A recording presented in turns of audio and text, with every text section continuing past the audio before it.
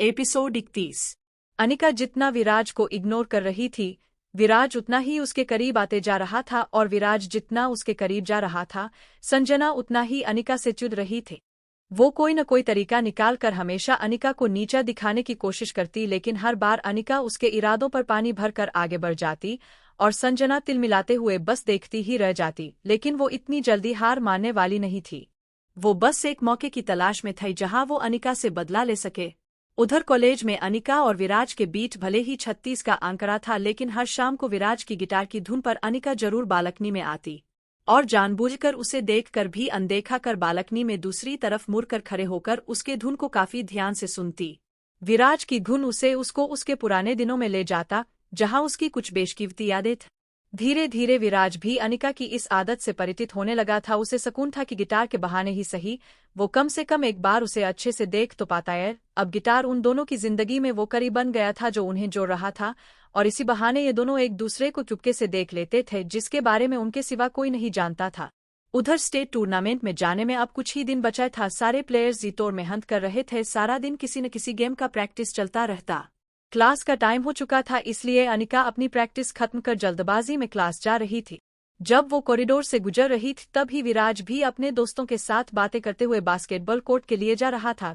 तभी विवान की नजर अनिका पर पड़ी और उसने विराज को कोहनी से मारते हुए धीरे से बोला, सामने देख। विराज जब सामने देखा तो उसे अनिका आते हुए दिखी। उसके चेहरे पर प्यारी सी मुस्कान तैर गई। वो विवान को इशारा करते हुए सबको वहां से ले जाने को बोला। विवान सबको साउथ लिए वहां से चला गए। अनिका अपने मोबाइल पर मेल चेक करते हुए हड़बड़ी में आगे बढ़ रही थी, इसलिए वो रास्ते के बीच में खड़े विराज को नहीं देख डाउट और इसी हड़बड़ाहट में वो जोर से उससे टकराकर नीचे गिर गया। वो अपने हाथ से अपने माथे को पकड़े हुए गुस्से से ऊपर की तरफ देखी। विराज को सामने देखकर उसे गुस्से से घूरते हुए बोली, ये क्या मजाक है? विराज अनजान बनते हुए अपने कंधे को उतकाते हुए बोला, मैंने क्या किया? यदि ध्यान कहीं और होगा तो एक्सीडेंट तो होगा ही ना। ये कहकर वो झुककर अपना हाथ उसकी तरफ बाए थी। अनिका उसका हाथ झटकते हुए खुद नीचे से खड़े होकर अपनी ड्रेस को ठीक करने लगी। वो जैसे ही नजर उठाई, उसकी नजर विराज पर पड़ी जो उसे गुस्से से देख रहा था। क्या? अनिका अपने बौने को उठाए हुए पूछी। विराज ने अपनी उंगली उसकी गर्दन की तरफ ले जाते हुए इशारा किए। अनिका विराज की उंगली को देखते हुए अपने नजरें हुकाई तो उसकी आंखें बड़ी हो गई। हड़बड़ी के कारण उसने शर्ट का बटन खुला रह गया था, लेकिन वो विराज के सामने कुछ भी रिएक्ट नहीं करना चाहती थी, इसलिए बिना किसी भाव के उसके तरफ देखते हुए बोली, सामने से हटो, मुझे क्लास जाना है। पहले ड्रेस ठीक करो, विराज डर देते हुए बोला। अनिका को विराज का इस तरफ डर देना बिल्कुल पसंद नहीं आया। वो अपने हाथों को बांधते हुए बोली, नहीं करूंगी।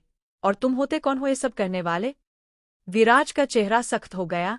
वो बिना कुछ कहे गुस्से से आगे बढ़कर अनिका के शर्ट के ऊपर का बटन बंद कर पीछे हट गया। अनिका मुंह खोले देखते ही रह गई। जैसे ही विराज पीछे हटा, वो होश में आते हुए गुस्से से बोली, हाय डेयर हिम, हिम्मत कैसे हुए? अनिका गुस्से से कांप उठा। विराज उसकी आंखों में देखते हुए कहा, सच में हिम्मत देखना चाहती हो? विराज की आंखों में जिद उतर आया, जिसे देखकर अनिका मन ही मन घबरा गई। वो खुद को नॉर्मल रखते हुए बोली, तुम्हारे जैसे से तो बहस करना ही बेकार है। तुम्हारे जैस? विराज अपनी आईब्रोस उठाए उसे देखने लगा। हाँ, तुम्हारे जैसे।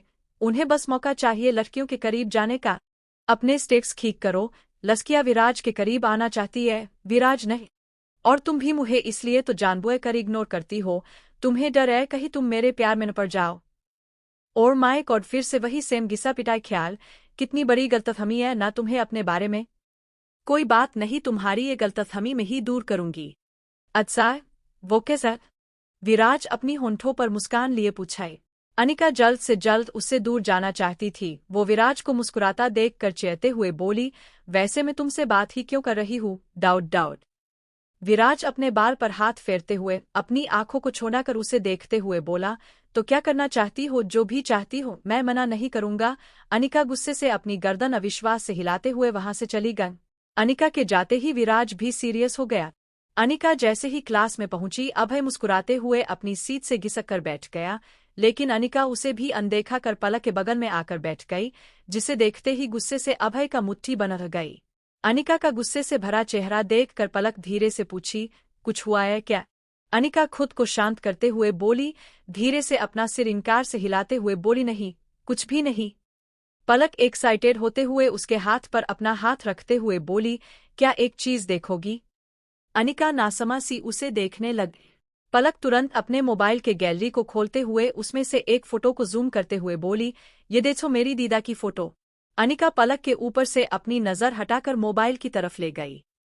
वो उस फोटो को गौर से देखने लगी। उस फोटो में पलक उनके साथ थी। फोटो देखकर अनिका का मन एक बार फिर से उदास हो गया। काश पलक की जगह वो होती और उसकी दादी होती, तो शायद वो भी उतनी ही खुश होती जितनी पलक फोटो में खुश दिख रही थी। साझा करे। दूसरी तरफ अभय को एकटक अनिका को घूरता देखकर रोहित उसके हाथ पर अपना हाथ रखते हुए बोला, यदि उसे अपना बनाना चाहते हो तो यूं घूरने से कुछ नहीं होगा। अभय रोहित की तरफ देखा। रोहित अपनी पलकें झपकाते हुए कहा, बिल्कुल सच कह रहा हूँ। कहीं उसे देखते देखते कॉलेज न खत्म हो जा। उस पर से विराज आए दिन उससे उलझता रहता है, कहीं ये उल्हन प्यार में न बदल जाए और तुम उसे यूं ही दूर से देखते रह जाओ। वैसे भी सारी लड़कियां विराज की दीवानी है, उसमें एक और नाम जुड़ जाएगा। अब एक शब्द भी बोला ना तो मुंह तोड़ दूंगा। दोस्त हो तो इसका मतलब कुछ भी बोलोगे? अभय चिढ़ते हुए बोला, नहीं, दोस्त हूँ इसलिए समझा रहा हूँ। वैसे भी तुम्हारे पास मौका है अपने दिल की बात को कहने का, उससे नजदीकियां बढ़ाने का। अभय उसे देखने लगा। मिहिर उसके कंधे पर हाथ रखते हुए बोला, तुम्हारा बर्थडे क्यों नहीं उसे इनवाइट करते हो? अभय मुस्कुरा पड़ा, ये सही है। उधर प्रैक्टिस करते वक्त दिव्य और विवान नोटिस कर रहा था कि विराज का मूड उखाड़ा हुआ था। विवान बाल को बास्केट में डालते हुए बोला, अब क्यों सरासा मुंह बना हुआ है? कुछ नहीं। कुछ नहीं का क्या मतलब? अनिका से बात हुई। किस बारे में?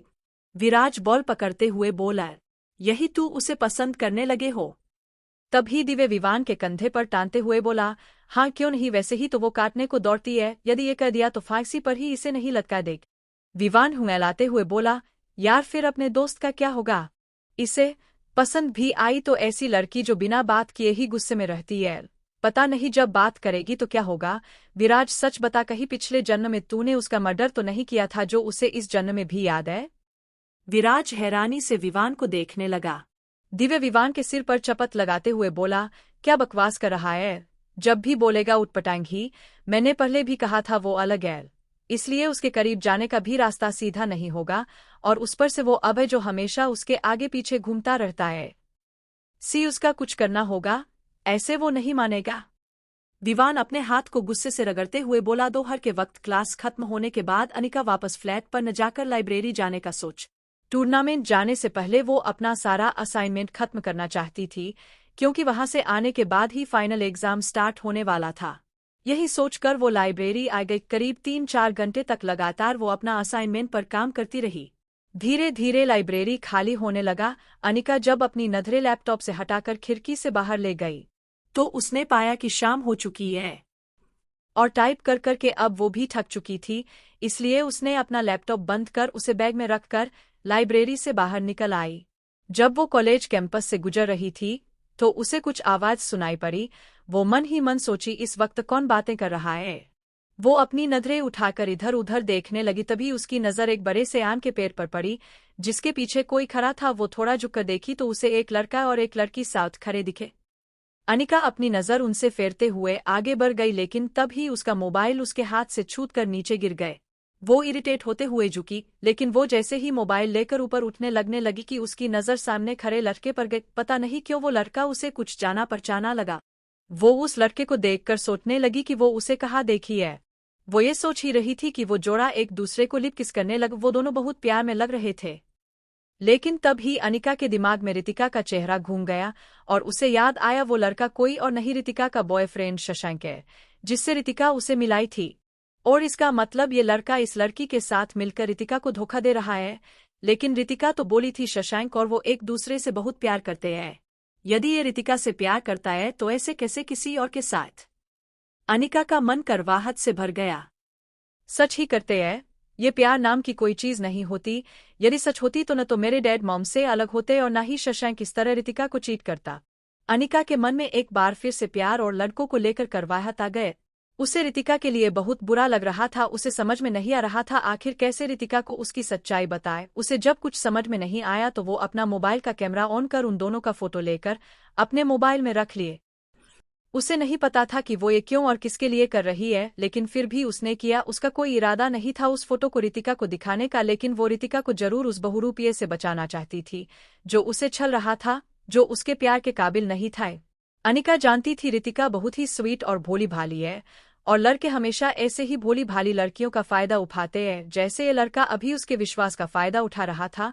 अनिका भारी मन से अपने हॉस्टल की तरफ बढ़ गई।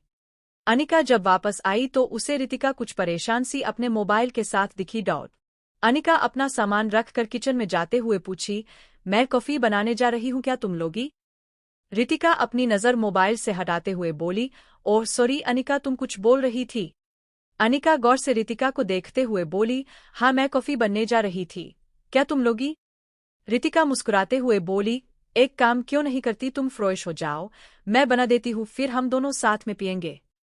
अनिका रितिका को देखते हुए बोली, कोई नहीं, मैं बना लेती हूँ। रितिका अपना मोबाइल टेबल पर रखा कर अनिका को उसके कंधे से पकड़कर किचन से बाहर लाते हुए बोली, तुम फ्रेश हो जाओ, तब तक मैं बनाती हूँ। अनिका हल्के से मुस्कुराई और फिर अपने कमरे में चली गई, और वहीं रितिका कॉफी बनाने में लग गई। कुछ देर बाद अनिका ड्रेस चेंज करके आई तो रितिका काफी लिए टेबल पर आ गई। अनिका अपनी कॉफी मग उठाते हुए बोली, जब मैं आई थी तो तुम कुछ परेशान दिख रही थी, तुम ठीक तो हो ना?